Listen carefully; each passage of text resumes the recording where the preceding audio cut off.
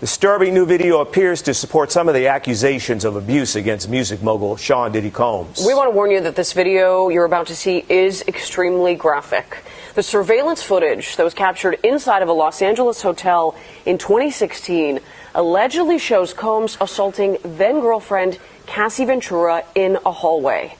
A now settled lawsuit filed by Ventura claimed that she was trying to leave the hotel after a drunken Combs punched her. The video appears to show Combs chasing her down the hall, throwing her to the ground, and then repeatedly kicking her. So far, there's been no comment from Combs. The reckoning did not arrive with flashing lights or a sudden arrest. It crept in through court filings, sealed documents, and allegations that refused to stay buried. For years, Sean Diddy Combs stood as one of the most powerful figures in modern music, a man whose influence stretched far beyond charts and stages. To the public, he was success incarnate. To those who worked closest to him, according to multiple lawsuits and sworn statements, the reality was far more complicated, and far more troubling. By the time the first major civil complaint became public, the ground beneath Combs' carefully built empire was already unstable. What emerged was not a single accusation, but a pattern described across legal filings: alleged abuse, coercion, intimidation, and control carried out behind closed doors, shielded by wealth, influence, and silence. These claims did not come from strangers, but from people who had once trusted him, depended on him, and lived within his inner circle. At the center of the public reckoning was singer Cassie Ventura. Her lawsuit, filed in late 2023, detailed years of alleged physical abuse, sexual coercion, and psychological manipulation during her relationship with Combs. The allegations were graphic and expansive, describing an environment where power was absolute and resistance carried consequences. Combs denied the claims, and the lawsuit was settled quickly without an admission of guilt. But the damage was done. The silence that had protected him for decades was broken. As the media scrutiny intensified, more voices began to surface. Former employees and associates described a culture of fear, where loyalty was enforced and boundaries were routinely blurred. Lawsuits followed, each adding new layers to the narrative. While the details varied, the themes remained strikingly consistent: alleged control, alleged retaliation, and an atmosphere where speaking out felt impossible. Crucially, these were civil cases, not criminal convictions. Combs maintained his innocence, publicly rejecting all allegations. Investigations unfolded cautiously, with law enforcement and federal authorities reportedly assessing claims, timelines, and potential corroboration. In the public eye, the story existed in an uneasy space, between what had been alleged, what had been proven, and what remained unresolved. The entertainment industry, long criticized for protecting its most powerful figures, began to shift. Corporate partnerships dissolved. Public appearances slowed. The image of invincibility weakened as the legal pressure mounted.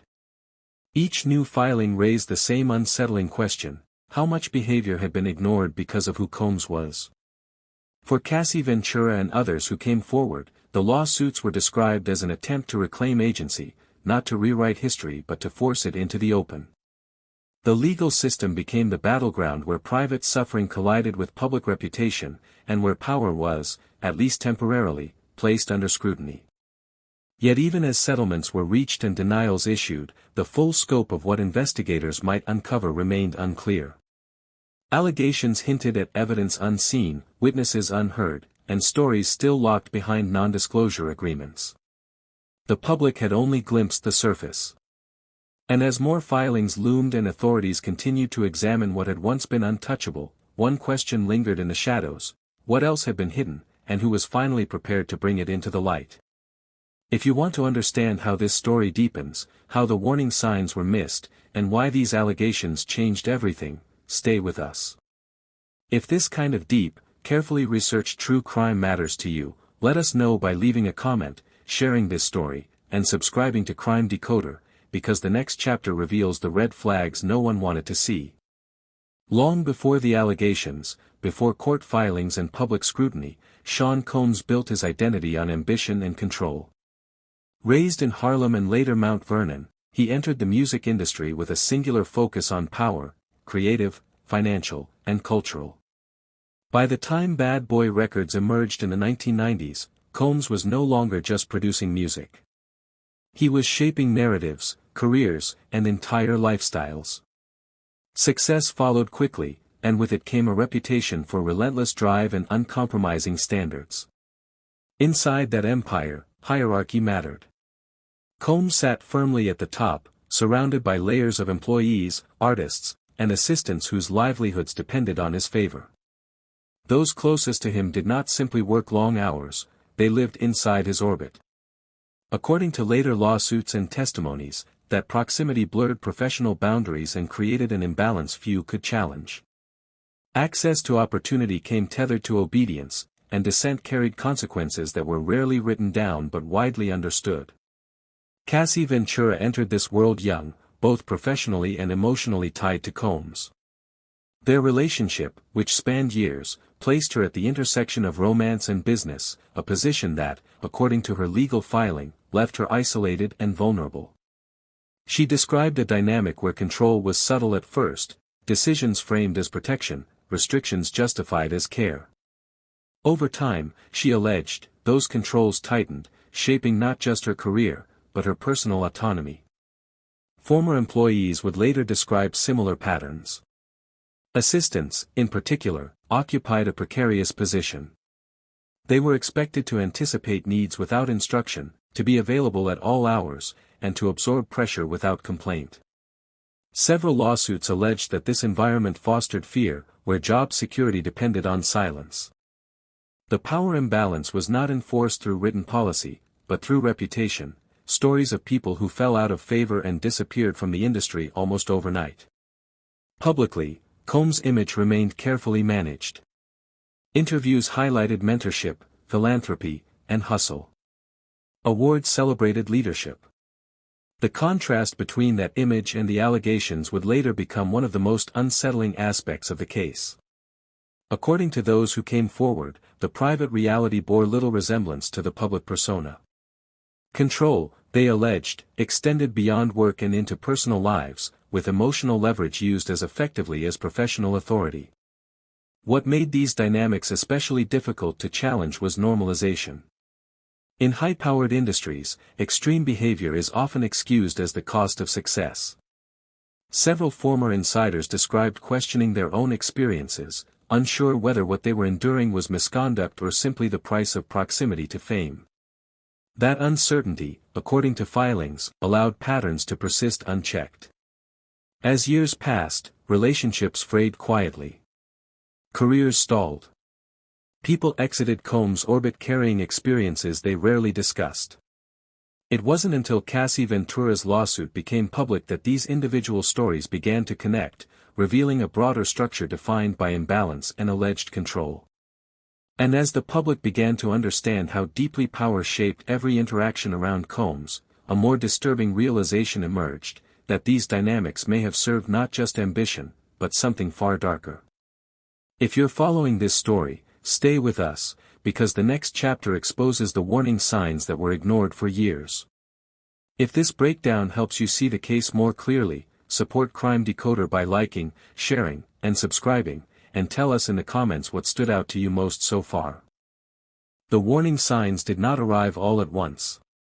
They accumulated slowly, quietly, often disguised as personality quirks or industry norms. To outsiders, Sean Combs' intensity was framed as vision. His temper was described as passion. His need for control was justified as leadership. But according to later legal filings and testimonies, those closest to him began to recognize a pattern that went far beyond ambition. Former associates described an atmosphere where unpredictability ruled. Moods shifted without warning. Praise could turn into humiliation in moments. Several lawsuits alleged that employees and partners learned to read Combs' emotional state as a survival skill, adjusting their behavior to avoid triggering anger or retaliation. The pressure was not constant chaos, it was uncertainty. And uncertainty, those accounts suggest, became a tool. Cassie Ventura's lawsuit detailed a progression that now reads like a textbook escalation. Early on, control was framed as concern. Decisions were made on her behalf, schedules dictated, associations limited. Over time, according to her filing, these restrictions intensified, isolating her from support systems and reinforcing dependence. What might have appeared, from the outside, as a private relationship between two celebrities was alleged to be something far more unbalanced behind closed doors. Others described similar red flags in professional settings. Assistants and staff alleged that boundaries were repeatedly crossed, with expectations extending beyond any reasonable job description. Long hours became indefinite availability. Personal loyalty was treated as a professional requirement. And silence, according to multiple filings, was enforced not through contracts alone, but through fear of professional exile. One of the most troubling aspects of these accounts is how normalized the behavior had become. Several individuals described questioning their own perceptions, unsure whether what they were experiencing was abusive or simply the cost of working for someone so powerful. In an industry where careers can be made or destroyed quietly, that doubt carried weight. There were also allegations of retaliation. Lawsuits claimed that those who resisted or attempted to leave faced professional consequences, missed opportunities, damaged reputations, sudden isolation.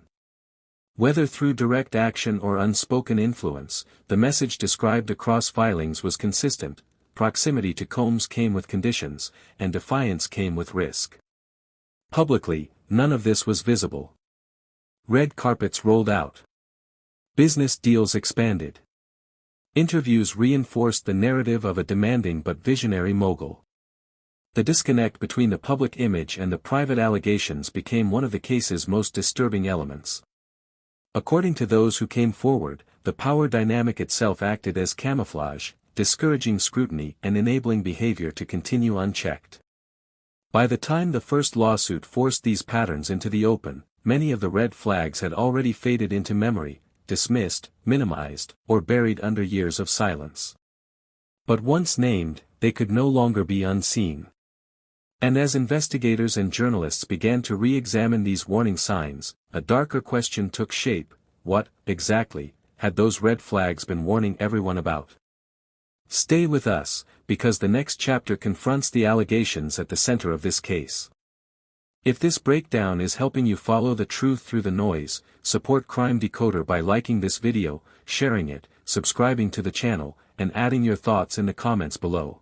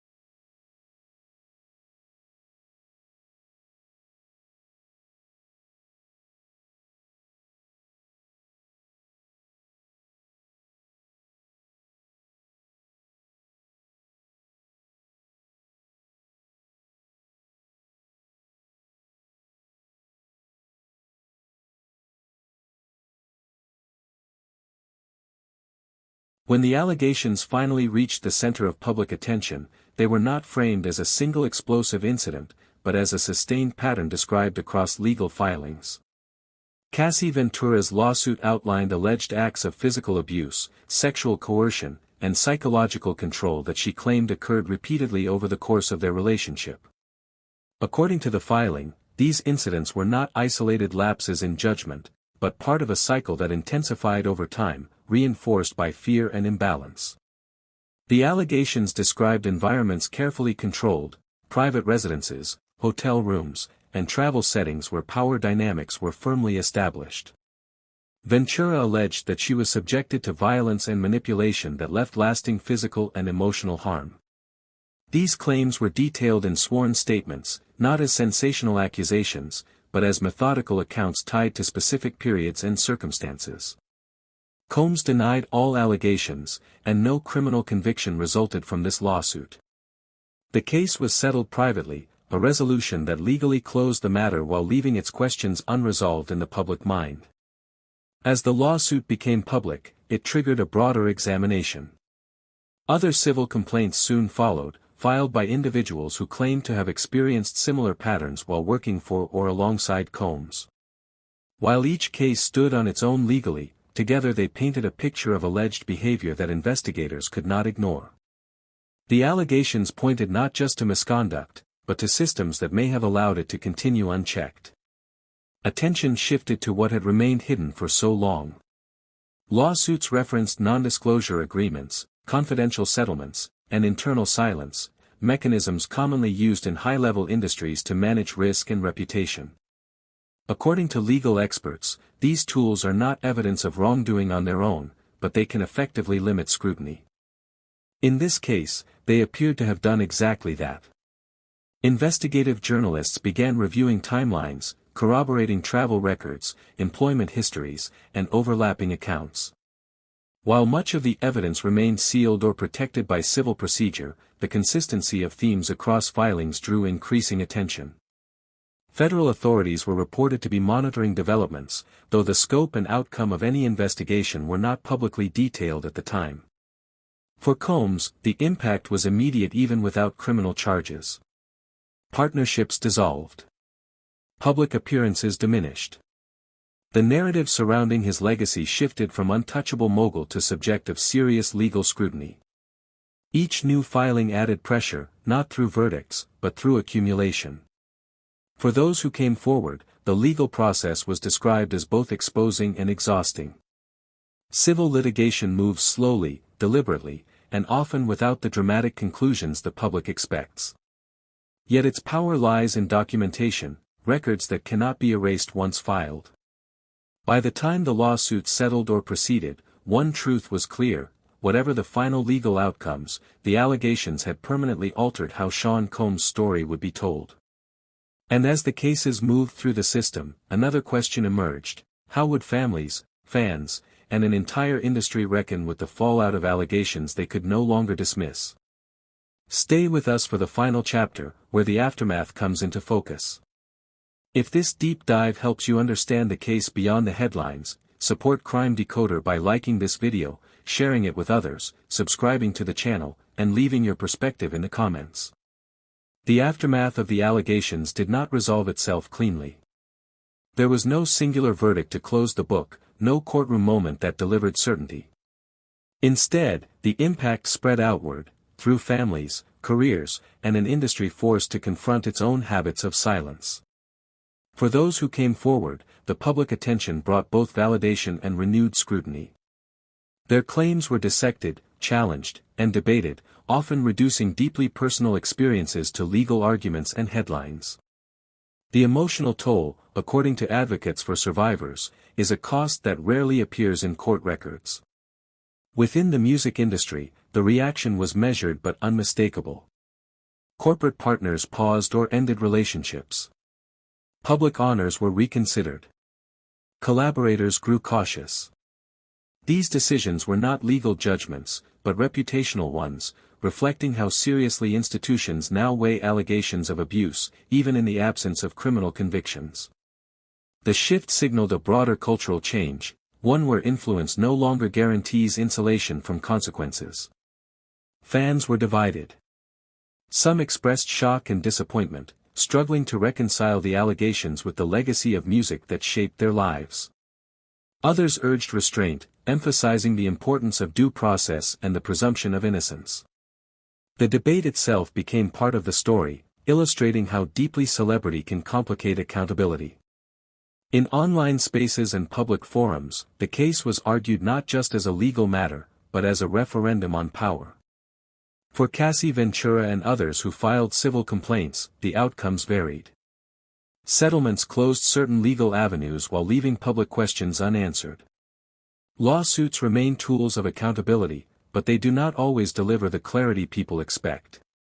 What they do provide is documentation, a permanent record that allegations were made, examined, and taken seriously enough to enter the legal system. Sean Combs has continued to deny wrongdoing, maintaining that the accusations are false. As of now, there has been no criminal conviction tied to these claims. Investigations, where they exist, move deliberately and often out of public view. The legal status remains complex, defined by civil actions, denials, and unresolved scrutiny rather than final judgment. What endures is the broader implication. This case joined a growing list of reckonings that challenge how power operates behind closed doors. It exposed how control can be normalized, how fear can masquerade as loyalty, and how long silence can persist when careers and reputations are at stake. Whether or not further legal action emerges, the narrative has already changed. The story of Sean Combs is no longer told solely through awards and achievements. It now carries the weight of allegations that forced an industry, and its audience, to ask uncomfortable questions about what they overlook in the presence of success. As this chapter closes, one question remains unresolved: how many stories like this never reach the courtroom, and what does accountability truly look like when power shapes every outcome? If this series helped you see beyond the headlines, support Crime Decoder by liking this video, sharing it with others, subscribing to the channel, and turning on notifications. Your engagement keeps these stories examined, questioned, and impossible to ignore.